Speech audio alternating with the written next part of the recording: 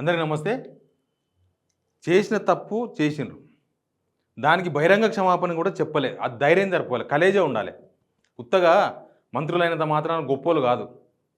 కాదు. మంత్రులైనంత మాత్రాన ఎవరు గొప్పోళ్ళు కాదు. వాళ్ళు మనలాగా మనుషులే. పాపపు మనుషులు వాళ్ళు ఇంకా. మనమే కొంచెం స్వచ్ఛంగా ఉంటాం. నాగార్జున వాళ్ళ ఫ్యామిలీ మీద లేనిపోని మాటలు మాట్లాడిండ్రు. లేనిపోని మాటలు సంబంధం లేదు. కేటీఆర్ని టార్గెట్ చేసుకో, కానీ వాళ్ళని ఎందుకు గుంజిర్రు? అసలు మీ కోపం కేటీఆర్ మీద కాదు, నాగార్జున ఫ్యామిలీ మీద ఉన్నట్టుంది కొండ సురేఖ గారికి. మళ్ళీ మాట్లాడుతున్నారు అవే మాటలు. తిట్టని పొర గాడిద కొడుకు అంటారు చూడు, అట్లా ఉండదు ఆమె మాట్లాడేది. నేను వెనుకకు తీసుకుంటా అంటుంది, మళ్ళీ మాట్లాడుతుంది. ఆమె ఇక అది ఎవరి తెలివికి లేకపోతే ఎవరి విజ్ఞతకు వాళ్ళకు సంబంధించిన అంశం అది. మళ్ళీ మాట్లాడతా, నేను ఇంతే, నేను మాట్లాడతా, నేను ఇట్లే మాట్లాడతా అంటే మాట్లాడు. ఏమవుతుందో ఓనాడు పాపం మండుతుంది, అంతకుమించి ఏం కాదు. ప్రతిదానికి దేవుడు ఉంటాడు కదా, ఉంటాడు, పక్కా ఉంటాడు దేవుడు. ఏం చేయాలనో ఏ టైంలో ఏం చేయాలో అది చేస్తాడు. అయితే ఇప్పుడు ఏంది, ఆమె తప్పు చేసింది, ఆమె వెనుకకు తీసుకుంటా అన్నది, మళ్ళీ మాట్లాడింది. సరే, ఆమె ఆవేశానికి లోనైంది, ఆమె భావోద్వేగానికి లోనైంది, ఆమె చెప్పింది, వెనుకకు తీసుకున్నది, మళ్ళీ మాట్లాడుతుంది. కనీసం ఈ పెద్ద మనిషి ఉన్నారు చూసినావా? పెద్ద మనిషి ఎవరు? పెద్ద మనిషి రేవంత్ రెడ్డి. కనీసం రేవంత్ రెడ్డి పిలిచి మాట్లాడింది లేదు. లేకపోతే ఆయననే ఎగేస్తున్నాడో కూడా తెలియదు. ఆయన ఇంకొక మంత్రి ద్వారా ఎగేస్తున్నాడు. వరంగల్ ఇంకో మంత్రి ఉన్నారు కదా, ఆ మంత్రి ద్వారా ఎగేస్తున్నాడు ఈమెను. కానీ దీనిలో బలే ఏది కొండ సురేఖ గారే. మీరు వాళ్ళ మాటలు వీళ్ళ మాటలు అంటే ఒకటి. ఇంకొకటి ఏంటంటే, సినిమా ఇండస్ట్రీని డైరెక్ట్ టార్గెట్ చేసిండ్రు. ఇప్పటికి ప్రశాంతంగా ఎవరు లేదు తెలంగాణలో. ఎవరిని బాధ వానికే అయిపోయింది. ఏ జాతి ఏ రంగం ఎవ్వడు ప్రశాంతంగా అబ్బా గుండె మీద చేసుకొని సాయిరామ్ అని పండుకునే దినాలు పోయినాయి. ఆ దినాలు లేవు తెలంగాణలో. ఎప్పుడు ఎవడొచ్చి ఏమవుతుందో తెలియని సిచ్యువేషన్ కనిపిస్తున్నది. గవర్నమెంట్ ఎప్పుడు ఎవరినెత్తిన పిడిగేస్తుందో తెలియదు. ఇప్పుడు ఏమైంది, డైరెక్ట్గా సినిమా ఇండస్ట్రీకి వార్నింగ్ ఇస్తున్నారు. ఎవరు ఇస్తున్నారు? రేవంత్ సైన్యం తెలంగాణ అంట. రేవంత్ సైన్యం తెలంగాణ ఓనర్ ఈయన. మనం అంతా పిచ్చోళ్ళమే. చూడు, సోకాల్డ్ యాక్టర్స్ ఫిలిం ఇండస్ట్రీలో క్యాస్టింగ్ కౌచ్ లేదని చెప్పే దమ్ముందా? అవకాశాల పేరుతో ఆడపిల్లలను వేధించట్లేదని నిరూపిస్తారా? కోట్లాది యువత ఆదర్శంగా ఉండాల్సిన మీరు డ్రగ్స్ రేవుపాటలతో అడ్డదారులు తొక్కుతూ సభ్య సమాజానికి ఏం సందేశం ఇస్తున్నారు? మీ గవర్నమెంట్ ఉంది కదా, ఏం బిక్తురు మరి? ఒక కమిటీ వేసి తేల్చారు ఏమేమి ఉన్నావో. ఈ సోషల్ మీడియాలో పనిచేస్తానికి ఆయనంత బుర్రనే పనిచేయదు. కొండా సురేఖ గారు వ్యాఖ్యలు వెనక్కి తీసుకున్నారు. ఈ రోజు మాట్లాడిన ప్రముఖులు గుర్తుపెట్టుకోండి, త్వరలో ఒక రోజు వస్తుంది, అప్పుడు కూడా ఇదే తీరుగా స్పందించాలి, లేకపోతే మీకుంటుంది. సోకాల్డ్ యాక్టర్స్ డ్రామారావు గెట్ రెడీ, ముందుంది ముసళ్ళ పండుగ. సినిమా వాళ్ళందరూ ఎవ్వరు ప్రశ్నించాలని తీసుకుపోయి బీఆర్ఎస్కి అటాచ్ చేసి పడేసిండ్రు. అది బీఆర్ఎస్ వాళ్ళు చేస్తున్న అదృష్టం నిజంగా. గ్రూప్ 1 విద్యార్థులు లొల్లి చేస్తే వీళ్ళు బీఆర్ఎస్ వాళ్ళు అన్నారు. డిఎస్సీలు ధర్నా చేస్తే వీళ్ళు బీఆర్ఎస్ వాళ్ళు అన్నారు. రైతులు ధర్నా చేస్తే వాళ్ళు బీఆర్ఎస్ వాళ్ళు అన్నారు. చేసిన రుణమాఫీ మీద నాలంటి వాడు ప్రశ్నిస్తే మమ్మల్ని బీఆర్ఎస్ అన్నారు. ఇప్పుడు సినిమా వాళ్ళంతా బీఆర్ఎస్ అని చెప్తున్నారు వీళ్ళు. మీ కర్మ అది.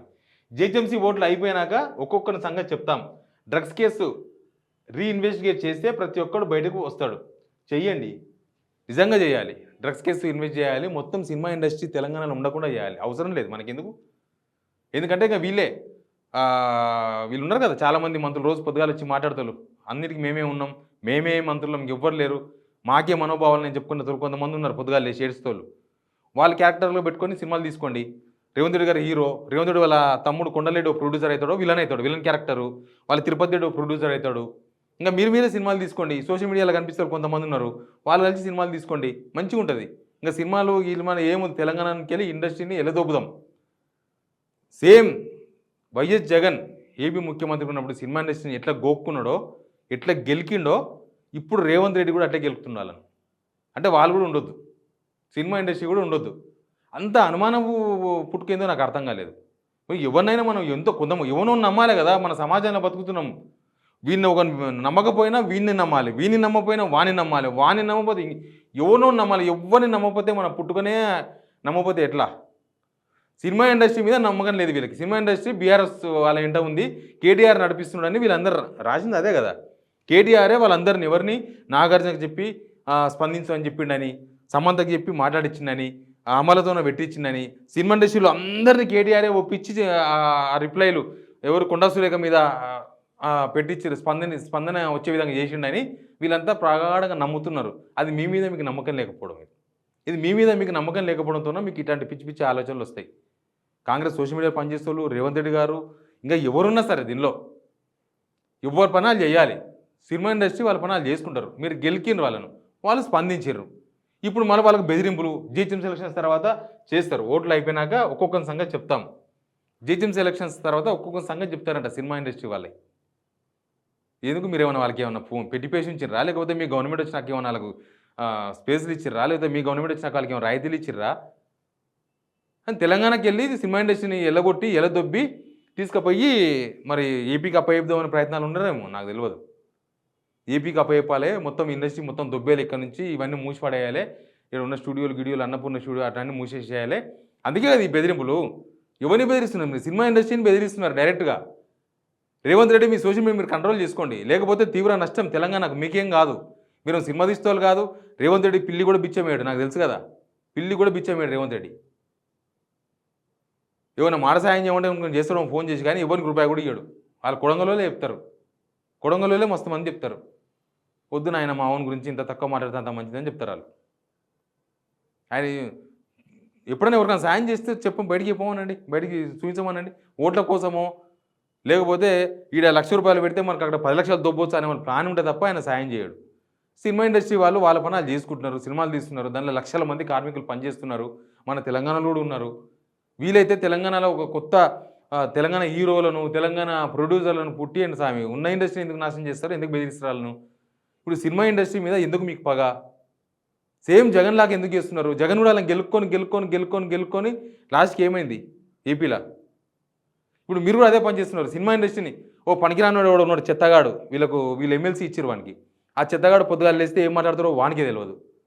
వాడు మాట్లాడిందని వీళ్ళు మాట్లాడతారు. కేసీఆర్ ఏమైంది, కేసీఆర్కి ఏమైందని వాడు ఎవడో చెత్తగాడు మాట్లాడితే కొండ సురేఖ గారు మాట్లాడతారా? వాడంటే దేనికి పనికిరానోడు. కొండ సురేఖ గారు మీరు మంత్రి, మీరు మహిళ, మీ మీద ఇంత గౌరవం సమాజంలో, మీరు వాడిని ఫాలో అవుతారా? వాడు దేనికి పనికిరాగానే ఇట్లా తయారయ్యాడు. ఎవరైనా వార్తలు చెప్తారు, నేను కూడా వార్తలు చెప్తా, సమాజానికి ముందుకొచ్చే వార్తలు చెప్తా. అంతేగాని సమాజంలో విద్వేషాలు పుట్టించే వార్తలు చెప్పకూడదు కదా. సమాజంలో విద్వేషాలు పుట్టిస్తట్లు పలానా వాళ్ళ మీద ఉరికిపోయి కొట్టుకోరని చెప్పన్నట్టు నిక్నేములు పెట్టి మాట్లాడడం కదా. చాలా మర్యాదగా మాట్లాడాలి. రిపోర్టర్ అంటే ఇంకా చాలా మర్యాదగా మాట్లాడాలి. అట్టాడలో పిలిచి ఎమ్మెల్సీ కూడా వేస్తారు. మీ దరిద్రానికి ఏం చేయాలి? దరిద్రం మీకు పట్టింది, వానికి పట్టలే. ఇప్పుడు ఏంది, సినిమా ఇండస్ట్రీని దొబ్బాలి. సినిమా ఇండస్ట్రీ దొబ్బేసి రోజు తైతక్కలాడుతోడు వాడొచ్చి హీరోగా అవుతాడా? ఇప్పుడు వాడదే మాట్లాడుతున్నాడు. మాట్లాడుతున్నాడే. సినిమా ఇండస్ట్రీలో బీసీలు బతుకుతలేరా? సినిమా ఇండస్ట్రీలో సగానికి పైన బీసీలు బతుకుతున్నారు.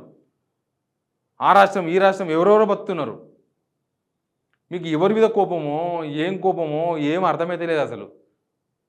కానీ రేవంత్ రెడ్డి మాత్రం చాలా పెద్ద తప్పు చేస్తున్నాడు. ఇట్లాంటి ట్వీట్లు పెట్టించి ఏం చెప్పదలుచుకున్నాడు అనేది చాలా ఇంపార్టెంట్. ఇట్లాంటి ట్వీట్ల ద్వారా ఏం చెప్పదలుచుకున్నారు మీరు? సినిమా ఇండస్ట్రీ మొత్తం తెలంగాణకి వెళ్ళి దొబ్బేయాలి, మీరు మాత్రమే ఉండాలని డిసైడ్ అయినరా? ఇక్కడ పనికిరాని వాళ్ళంతా తెలంగాణలో ఉండాలి, సినిమాలు తీస్తే ఎవరు ఉండొద్దని డిసైడ్ అయినరా?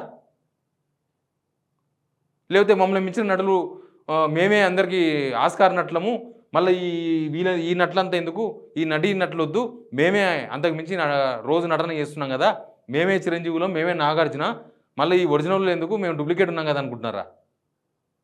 తెలంగాణ ప్రజలారా గుర్తుపెట్టుకోండి, సమాజాన్ని తప్పుతో పట్టిస్తున్నారు వీళ్ళు. తెలంగాణ ప్రజలారా, సినిమా ఇండస్ట్రీని మొత్తం ఇక్కడి నుంచి పంపించే కుట్ర చేస్తున్నారు వీళ్ళు. అది పోతే మనకే నష్టం. మన డెవలప్ అయిన తర్వాత వాళ్ళు మనుషులే, మనోళ్ళు దానిలో డెవలప్ అయితే మంచిదే. తెలంగాణ సినిమా ఇండస్ట్రీ కూడా డెవలప్ కావాలి. కానీ ఇట్లా కుట్రతోన వాళ్ళు టార్గెట్ చేస్తున్నారు రేవంత్ రెడ్డి వాళ్ళు. ఇది కరెక్ట్ కాదు. తెలంగాణ సమాజం గమనించాలి ఈ విషయాన్ని. Please subscribe signal TV.